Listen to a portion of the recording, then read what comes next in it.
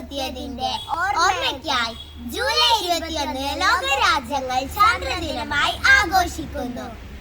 മുത്തശ്ശി കഥകളിലൂടെ മാത്രം കേട്ടറിഞ്ഞ അമ്പിളിമാമനെ നാം തൊട്ടറിഞ്ഞിട്ട് 53 വർഷങ്ങൾ പിന്നിട്ടിരിക്കുന്നു.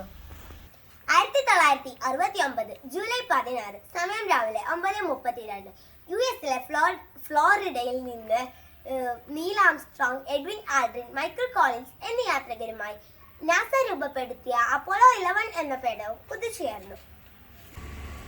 ജൂലൈ 20 പേടകം ചന്ദ്രനിലെത്തി.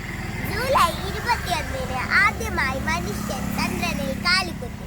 നീൽ ആംസ്ട്രോങ് ആയിരുന്നു ആ മനുഷ്യൻ. അദ്ദേഹം പറഞ്ഞു, മനുഷ്യന് ചെറിയൊരു കാൽവെപ്പ്, മാനവരാശിക്ക് ഒരു കുതിച്ചുചാട്ടം, മനുഷ്യരാശിയുടെ വലിയൊരു കുതിച്ചുചാട്ടം തന്നെയായിരുന്നു അത്. അപ്പോളോ 11 ചെന്നിറങ്ങിയ സ്ഥലം ഇന്നും പ്രശാന്തിയുടെ സമുദ്രം എന്നറിയപ്പെടുന്നു.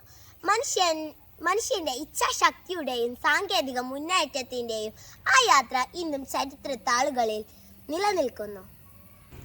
1969 മുതൽ 72 വരെയുള്ള കാലഘട്ടത്തിൽ നീൽ ആംസ്ട്രോങ് മുതൽ യുജിൻ സർനാൻ വരെയുള്ള 12 പേരാണ് ചന്ദ്രനിൽ കാലുകുത്തിയത്. എന്നാൽ നാം ഭാരതീയർക്ക് സ്വന്തമായി അഭിമാനിക്കാൻ വീണ്ടും കാത്തിരിക്കേണ്ടി വന്നു. 2008 ഒക്ടോബർ 22 ബഹിരാകാശ ഗവേഷണ ചരിത്രത്തിൽ സുവർണ ദിനമായിരുന്നു. അന്നാണ് ഭാരതത്തിന്റെ അഭിമാനവും പ്രതീകവും പ്രതീക്ഷയുമായി ചന്ദ്രയാൻ 1 കുതിച്ചുയർന്നത്. ആന്ധ്രാപ്രദേശിലെ സതീഷ് ധവാൻ സ്പേസ് സെന്ററിൽ നിന്നാണ് ചന്ദ്രയാൻ 1 വിക്ഷേപിച്ചത്. ഇത് ലോകരാജ്യങ്ങൾക്ക് മുൻപിൽ ഇന്ത്യയുടെ അഭിമാനം വാനോളമുയർത്തി. ചന്ദ്രയാൻ 1 തുടങ്ങിയ ഭാരതത്തിന്റെ ചന്ദ്രയാത്ര അവിടെയൊന്നും അവസാനിച്ചില്ല. 2019 പുതുപ്രതീക്ഷകളുമായി ചന്ദ്രയാൻ 2 വിക്ഷേപിച്ചു. ഇന്ത്യ തന്റെ ജൈത്രയാത്ര തുടർന്നു.